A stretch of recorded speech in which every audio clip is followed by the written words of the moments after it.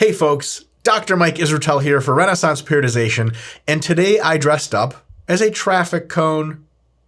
Anyway, what does having good genetics actually mean? Now, in strength and in size, this gets a lot of lip service. My genetics suck. I think I have decent genetics. That guy's got great genetics. You notice no one ever says about themselves that they have good genetics. That would cancel out their hard work, ostensibly. So let's dig in and figure out what actually having good genetics is. And then we'll talk about what some implications of that are for your training and sort of how you deal with yourself sociologically, comparing yourself to other lifters, so on and so forth. So, major components of good genetics for muscle size. So what does it mean when you say, well, I think that guy's got good genetics for getting huge? I can think of at least 9 sort of subcomponents. First, and these are not in order of their relative importance, it's just a list. Initial muscle cell size. Some people just have bigger muscle cells than others. Okay, like their each muscle fiber is just bigger. If they even have the same number of muscle cells as almost everyone else or close to the average, they're just going to be bigger to start out with. You guys ever see like little kids running on the beach? You're like, that's a jacked little kid. What the hell's up with that little kid? Maybe has some of that going on, right? That takes zero training. That's how you sort of show up to the start of practice. And this is usually greatly influenced by fiber type. Faster twitch muscle cells tend to be larger. Okay, so people who tend to be more explosive, who have a higher proportion of fast twitch fibers, also tend to have higher initial fiber size, which sort of makes them jacked to begin with. Now, second is muscle cell number. Some people actually have more muscle fibers, more muscle cells than others. That's a big deal because then not only are you more likely to be more jacked to start with, but because your muscle cells all grow individually when you get more jacked with resistance training and food, you're likely to get that much bigger than everyone else because you started out with more muscle cells to begin with. Now, we all know that each muscle cell can only get so big until it reaches its peak sort of myonuclear domain ceiling, and then it has to have satellite cells donate their nuclei in order to continue that growth process to make them much, much bigger. Right? You don't turn IFB Pro to have huge muscles by just making each cell individually 33% bigger. It doesn't work like that. You have to donate nuclei. The extent to which your satellite cell pool, how many sort of cell nuclei you have in reserve for your muscles, and the ease with which they are essentially assimilated into your muscle's actual functional unit is genetically governed to a large extent. And if you have lots of satellite cells to begin with, and they very easily convert and fuse with the functional muscle itself, then you're essentially very growth responsive. And you're going to notice that as you train, you just continue to grow muscle and grow muscle and grow muscle at a very, very sort of unbroken rate. That still means your rate will be asymptotic, but instead of going like that, it's going to go up and it's going to keep going a little bit slower all the time, but nonetheless, very impressively allowing you to reach really, really great heights of muscularity. Number 4, this is one that's more visually apparent. So these other ones, you can't really tell what's going on underneath the hood. This one you can, muscle belly shape and potential, okay? So muscle belly shape is a really big deal because that's really genetically determined. Sometimes you have muscles that just grow outward, okay? Instead of lengthwise, they grow sort of widthwise and they get really, really bubbly. Sometimes they start out bubbly. If you have that bubble muscle look, you can not only add more muscle because it doesn't get in the way of other muscle or of other movements. So for example, if your biceps only grow mostly lengthwise, at some point you can't add a whole lot of bicep mass because it's going to reduce your range of motion. Even if you keep adding, it's going to make every exercise less effective because your range of motion sucks. But sometimes you'll notice people with incredibly large biceps have a huge peak, which actually doesn't really impede nearly as much the range of motion of the biceps. You can continue to have very high quality full range of motion training and your biceps are enormous, right? Can you alter where the muscle grows with training? You can, but it's a small fraction. Muscle genetics for belly shape determine a huge fraction of that. So if you sort of have flatter looking muscles, you can absolutely get much more jacked, but you probably aren't going to look like Mr. Olympia in that particular muscle. Remember, all muscles of the body are different. If you have tons of bubbliness to your muscles, when they grow, they're going to get really, really big and look even bigger than their volume may suggest. Now, The potential for growth is a big deal because you could have really excellently shaped muscle, but tiny bones, you could be super short, and then all of a sudden you can't get super jacked because, well, you're only 5'1" and you got these teeny tiny bones. So your bone size, the thicker your bones are, usually the more muscle you can put on. The longer your bones are, the more muscle you can put on. So height is a huge factor, and frame size. Part of the sort of inexplicable when you just look at it, but if you think about it, it makes sense. Part of that section of genetics is what is your hip width and what is your interacromial width? What is the width of your shoulders? Some folks genetically just have relatively narrow hips and really wide shoulders. So if they also have some of these other things going for them, they're going to have this unreal V taper that's going to look really comic book style. Whereas if you have really wide hips and narrow shoulders, you can get super jacked. You just don't quite have that pop to you. It doesn't look like your physique is as muscular, even if you're carrying the same amount of muscle, right? And truth be told, if your interacromial width is very large and you have average genetics, you're going to be able to put on more back muscle because there's just more room for it because there's such a wide berth between your shoulders. If you have really narrow shoulders, you can get a really big back, but it starts to bulge out, interferes with range of motion, so on and so forth. Number 5 is auto and paracrine factors for growth. That's basically, especially when stimulated with training, do your muscle cells secrete various compounds that affect that cell itself, or with paracrine, nearby cells. MGF, muscle growth factor, is a really, really good example of that, where with training, the cell can be stimulated, the muscle cell is stimulated, it secretes a bunch of stuff. MGF may be one of those things, and it affects the cell itself and possibly even some cells around it. Notice I didn't say hormones yet because that's point number 6. Endocrine factors are hormonal factors. So for example, if you naturally produce a ton of testosterone, that's really good for your genetics. However, a lot of more astute listeners will note the following. The correlation between natural testosterone production and natural muscularity isn't super tight. It is there, but it's not like 1-to-1 like you would expect. Why not? Well, one of the big things is point number 7. Your cells, not only should they be with really good genetics, secreting or excreting autocrine and paracrine factors and endocrine factors as far as the glands that are concerned with secreting testosterone, for example, not only should they be producing those messenger molecules that cause growth, the muscle cells should be sensitive to them. A huge deal in how big you end up is how sensitive your muscle cells are to the interaction with testosterone. If you have a crap load of androgen receptors and your free testosterone is really high, man, your muscle cells are going to be getting a wallop of signaling all the time to grow, grow, grow. However, even if you produce a lot of testosterone, you have tons of it in the bloodstream, if your muscle cells aren't very sensitive, they have a low density of androgen receptors, or the subtypes of androgen receptor don't interact very much with testosterone as much as others do, then you're in this situation where like you get blood work and you're skinny as shit, and the doctor's like, dude, you have the baseline test is like 900, whatever units, like that's really sweet. And you're like, man, all right, where the hell is all that shit going? Because a lot of folks, when they lift for a while and they turn out to not be as jacked as they thought, they go get the blood work done because they're clearly, I'm hypogonadal, I don't produce enough tests. And some of them find out that they're on the high end of the range. A lot of the times, that's because they're not really sensitive to testosterone at the cell level. And that is sensitivity for not just testosterone, but all the other autocrine, paracrine, and endocrine factors that contribute to muscle growth hormone being one of them, so on and so forth. Number 8. Okay, so real quick, the 7 I just covered are the most straightforward ones. Okay, if you have these, man, you're well on your way to getting jacked. But, 2 big buts. Accidentally quoting Sir Mix-a-Lot, I believe, if my 90s or late 80s trivia serves me well. So, number 8. Huge facilitating factor, not a causal factor, but a facilitating factor is injury proclivity. The lower, the better. All right. And a lot of times this has to do with connective tissue integrity. Do you have strong tendons and strong fascia and aponeuroses and so on and so forth, the parts of your muscle that connect to the tendon? And are they adaptable?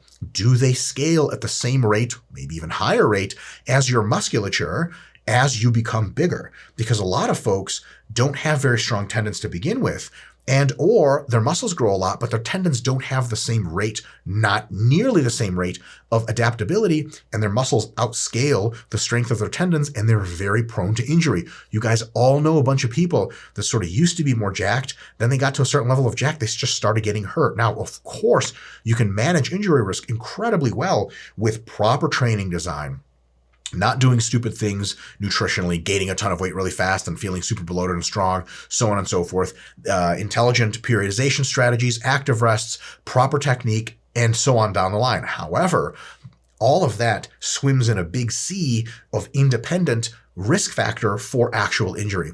I'll put it to you this way. If you have really good genetics for not getting hurt, you can get away with a lot of dumb shit and train super fucking hard with reckless abandon. You just get big, or as big as the rest of these factors would allow. If, on the other hand, you have real sort of kiddie pool genetics on that end, you may have all of the best genetics for getting jacked, but as soon as you start benching 315, boom, part of your pec goes. You start squatting 405, boom, part of your quad goes, and you just regularly hurt. You just tend to be more of a frail individual. Can you work around that and still get really jacked? To a large extent, yes, but it requires a high measure of sports science knowledge, intelligence, and patience. You look at the cross-section of the bodybuilding population, man, those things are fucking relatively short supply, unfortunately. So a lot of folks that could have done pretty well, maybe very well, with really shitty injury genetics just won't, because they train just like everyone else and they get hurt more than everyone else because they have those shitty genetics. But if you have good genetics and injury resistance, you can in some cases just outlast everyone. Like, yeah, that one guy had even better genetics for muscle gain than you, but he got hurt a bunch and you never did. And you just kept growing and voila, there you are, most jacked guy in the gym or something like that. Lastly, and this actually may be the most determinative factor. That is, if we take a look at a cross-section of everyone that ever starts lifting, who ends up the most jacked, I would wager a decent sum of money that the biggest, if not one of the biggest, factors for who ends up being the most jacked is the psychology side, those that have it, a proclivity for training. People that actually like to train, want to train, that is something, and they sit in a chair long enough, they're like, I want to train. You can enjoy the process of training. Like, whenever I've done yoga, I thought it was pretty cool, but I don't have this desire to go do yoga all the time. You need to be able to enjoy training to some extent, have a drive for training to some extent, and have a really high work proclivity or work ethic, and a huge fraction of all those things. You would say, well, that's all sociology. Bullshit. Like half or more of that is genetically determined. Yes, including work ethic. So what that means is you can just be a fucking total stud genetically and go absolutely nowhere because someone takes you to the gym and you're like, yeah, man, I guess this is okay. This hurts my muscles. I don't like this. Let's get the fuck out of here and do some other shit. I'm not just saying like, you spent your potential at the gym and you're just going to go and be a derelict your whole life. You absolutely could just go and like start your own band and be a super successful musician, start your own computer company and be fucking Bill Gates. Who knows? Maybe Bill Gates has incredible genetics, but if you're not drawn to the gym, you don't like the gym, you don't like that sort of like rarefied air feeling of pushing it further and further, especially as the weights get really heavy and the workouts get really hard. If you're not down with that kind of Dorian Yates style mentality, man, all these things are cool, but you just won't go very far because you'll never maximize them, because to maximize them, consistent hard training is absolutely the key. So those are the major components of good genetics for size. Let's switch gears and talk about strength.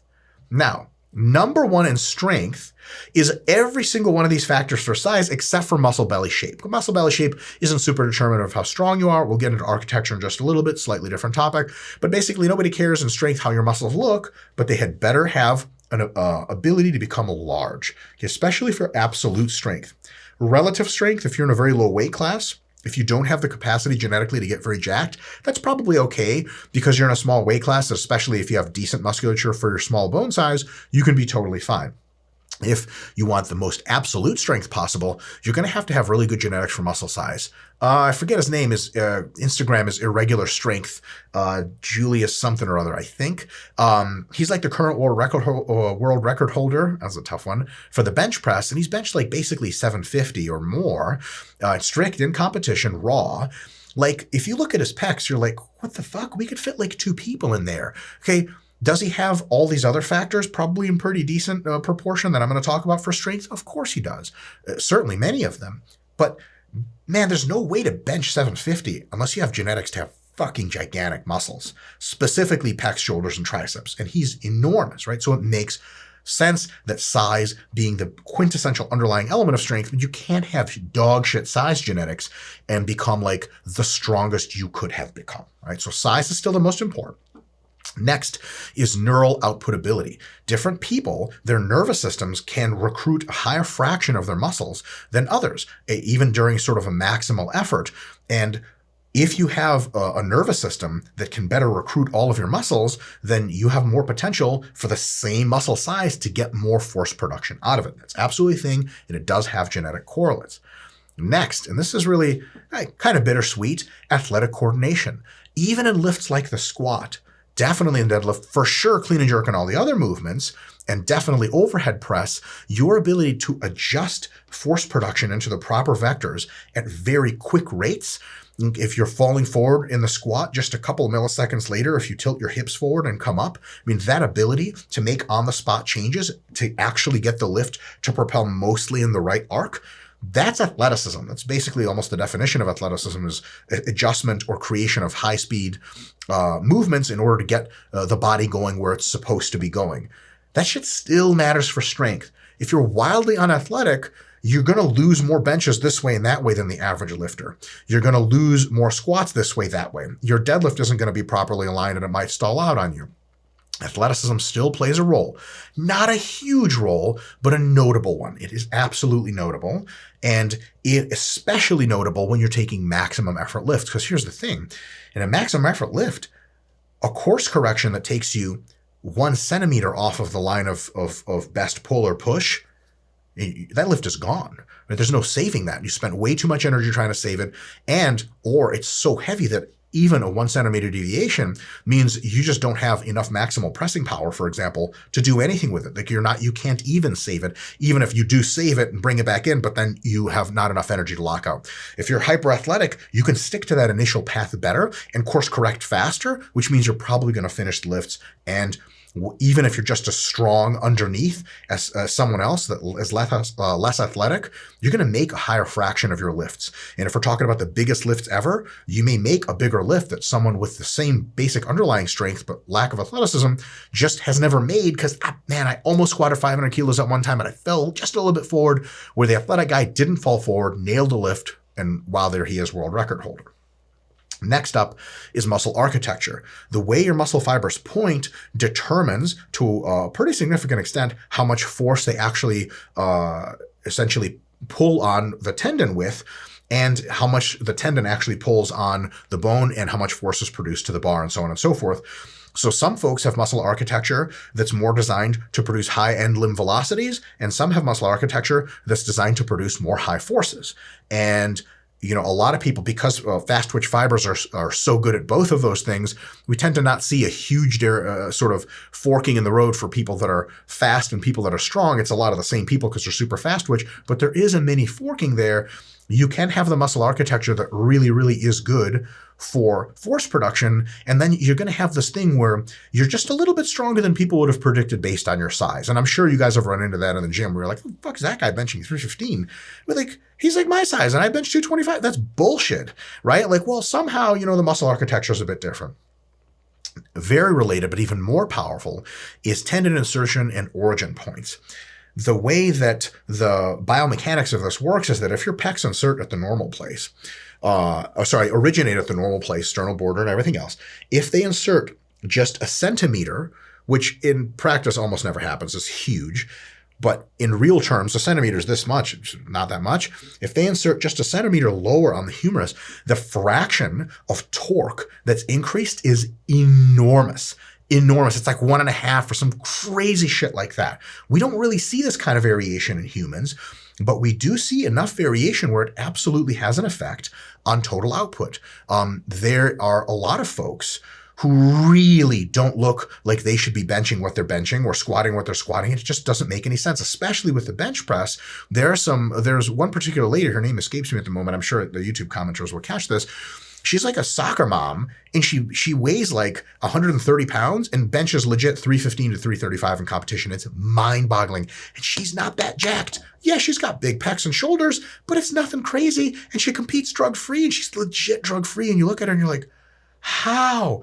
Well, perhaps one of the factors she has is her pecs insert just a little further down the bone. Now, interestingly enough, that reduces the end limb velocity potential. So super awesome athletes that are the fastest actually tend to have muscles that insert very close to the joint, just a little bit closer, that is. But folks that have all those great intrinsic muscular qualities, size, fiber type, so on and so forth, if they insert a little bit further down, then they can produce unreal forces that just look inexplicable when you're like, how the fuck does that make any sense? That person doesn't look big enough to be using those actual loads. Point number 6, limb ratios, okay? For powerlifting, I'll make it very explicit. Ed Cohen, the greatest powerlifter of all time, comes very, very close, not by accident, to the powerlifting, and there's ideals for other strength sports, to the powerlifting limb ratio ideal. What is that exactly? Glad you asked. The first ingredient is having wide shoulders so you can put gigantic fucking pecs, shoulders, and triceps and be an awesome bench presser. Very few awesome bench presser with narrow shoulders, okay? You can make an argument that wide shoulders also create a very good perch for the squat, but maybe that's a minor effect. So at the very least, wide shoulders for excellent bench pressing, and you want as much front to back thickness as possible so that you have a less of a range of motion to actually move the bench press bar through. So super thick and super wide in the upper body. What about arms? Well, here's the trick, right? You don't want arms that are too long because that's going to make you suck at the bench. But if your arms are too short, it makes you suck at the deadlift. So we want probably slightly longer arms than average, but that thicker torso makes up for it. So the end means that the bench press range of motion is roughly similar to someone of that height, but the deadlift leverages are really awesome. And lastly, and this is probably the biggest ingredient, you want very short legs for powerlifting. 2 reasons. 1, if you have short legs, specifically short femurs, you don't have to go through a huge range of motion to squat, and all of a sudden you can squat a fuckload more than a bunch of people, but people are like, motherfucker's moving like a foot. This is bullshit. That's the way powerlifting works. It's not judged on how far you move, is do you hit parallel. If you have baby femurs, we all know that hitting parallel is just not as hard as if you have super fucking long femurs. Now, your tibia also matter. The shorter your tibia are, with any given arm length and torso length, the closer you are to the ground and the easier it is to deadlift because you have a short range of motion and your leverages are better because you start off in essentially a rack pull position.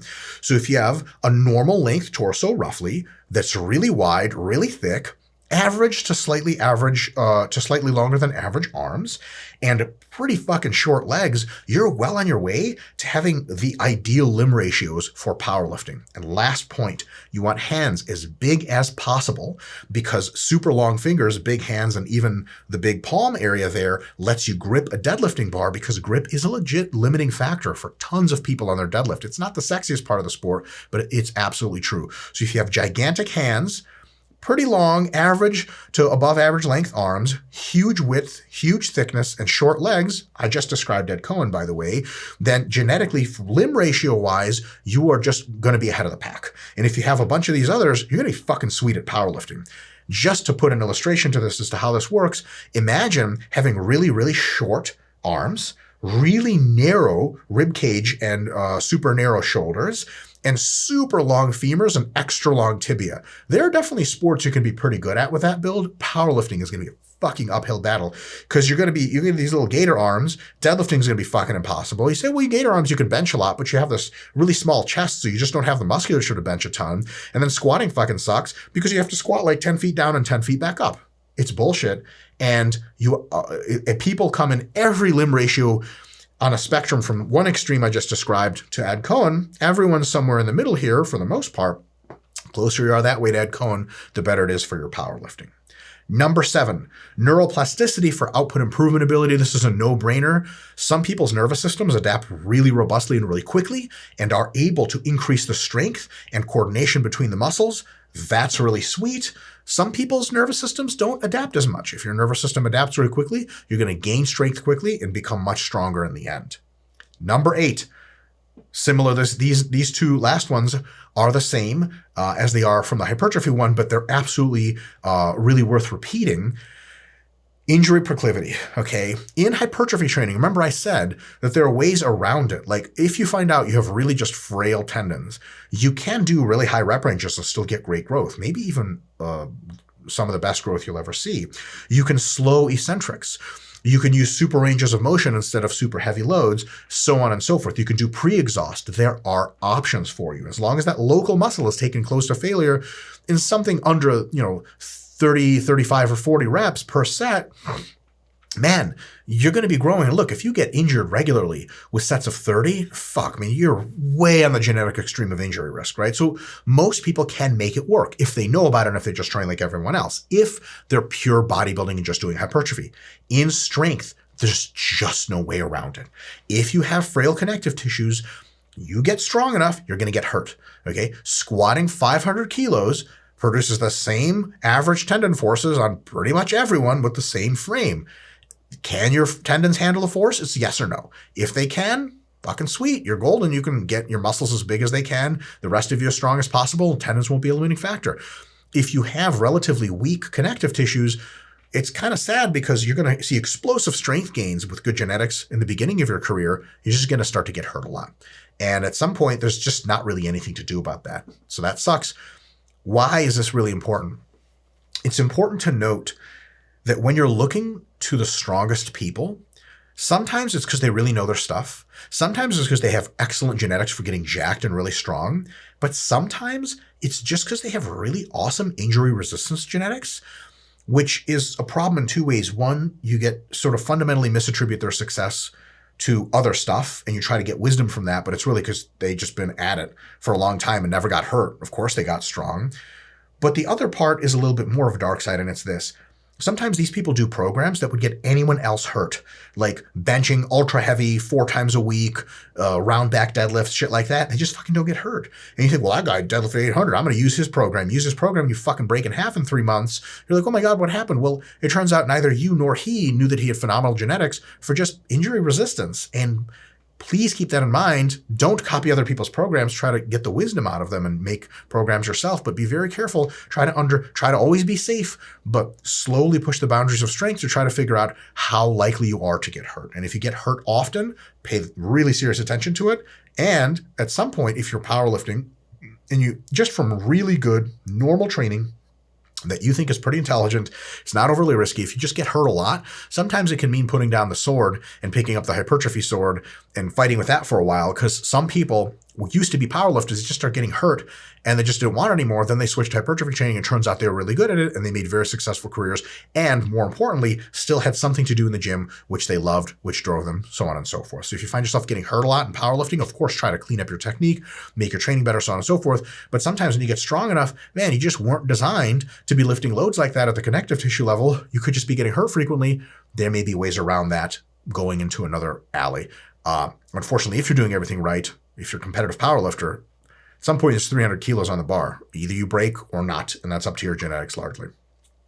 Last one, number 9, similar to the hypertrophy one, there has to be a psychology for enjoying specifically heavy training, a desire to go heavier, and of course work proclivity, because if you're a lazy piece of shit, you're probably not going to be that good at powerlifting because you're going to skip a bunch of sessions.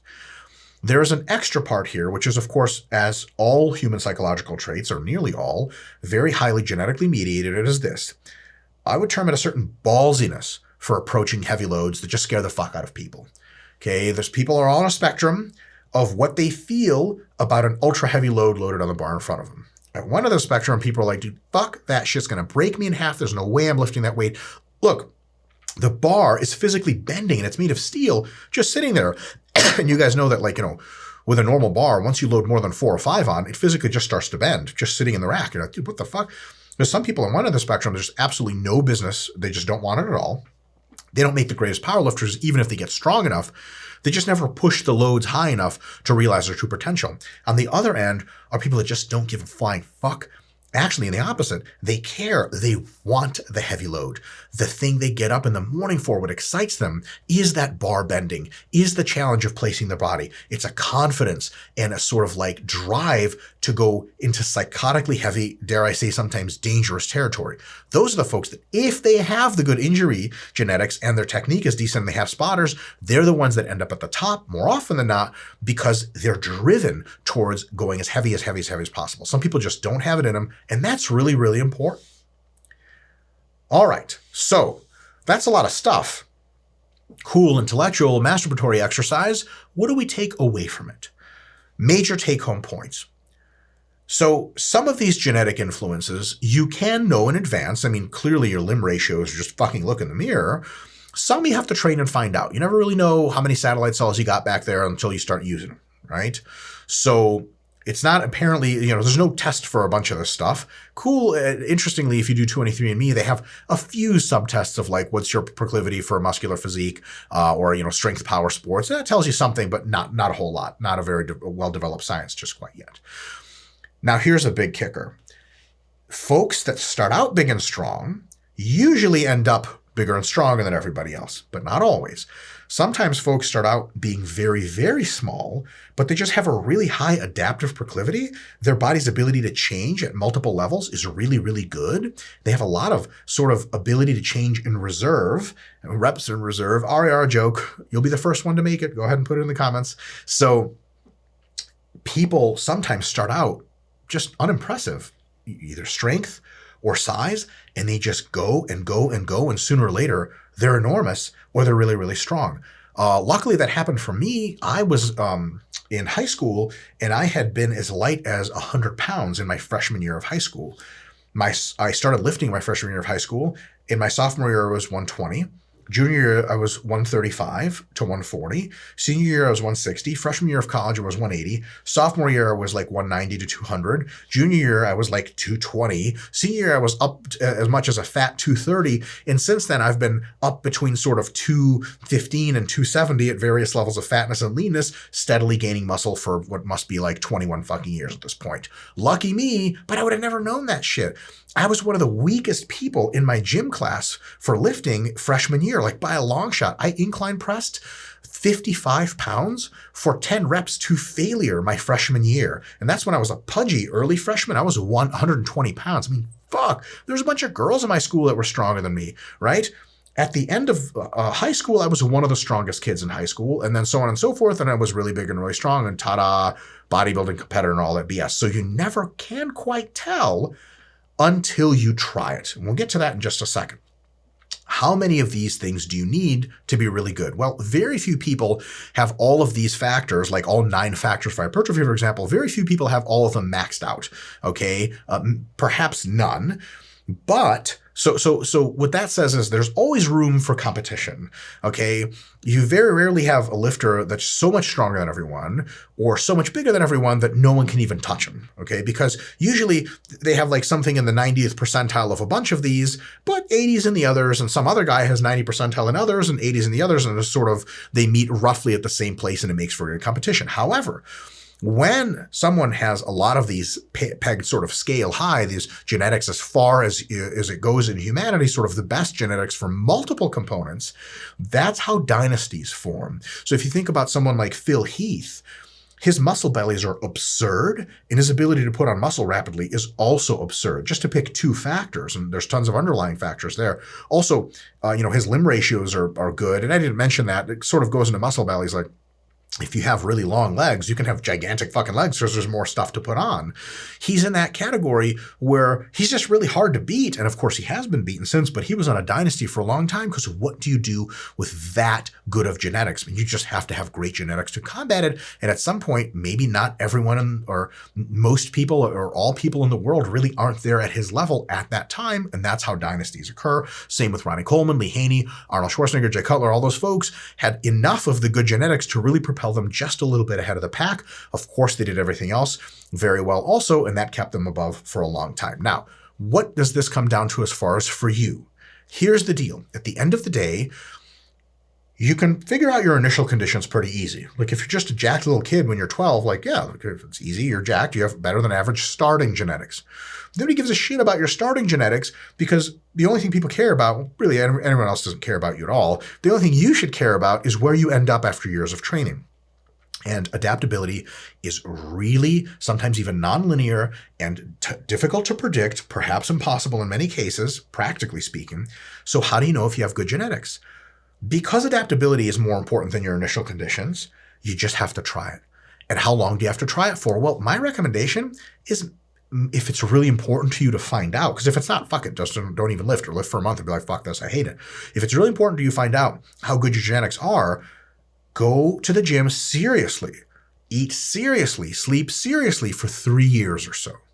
If you're not a little better than the average person who's been training for 3 years, or maybe not a little better, but making fucking real good gains, you probably have not the best genetics, okay? Because I've spoken to quite a few people over the course of my career who are in that, I could say unfortunate, but I won't, in that group of people that like, they've been training pretty diligently and eating pretty well for like 3 years, or maybe even 5 years in some cases, and they're just like advanced as far as the rate of gain, like they're eking away tiny gains, and they're just not impressive looking, or on the numbers they're not. They're like 135 pounds at 5'8", been training and eating hard for 3 to 5 years. When they do mass phases, they mostly gain fat. When they do cutting phases, they lose some fat and some muscle. And you're just like, and a lot of folks will ask, like, what's the answer for me? Like, what do I do? And check your blood work, make sure testosterone, blah, blah, blah. But after you get through all those basics, that 3 to 5 year trial period for them is kind of like, look, you know, like if you love training and you like sort of the process and where your body is now and maybe a little bit further that you can go, fucking awesome. Hey, it's great, train away. But if you really were intent on just being fucking enormous and veiny and shredded and, you know, looking like just like a human penis, basically, then, man, it just might not be in the cards for you.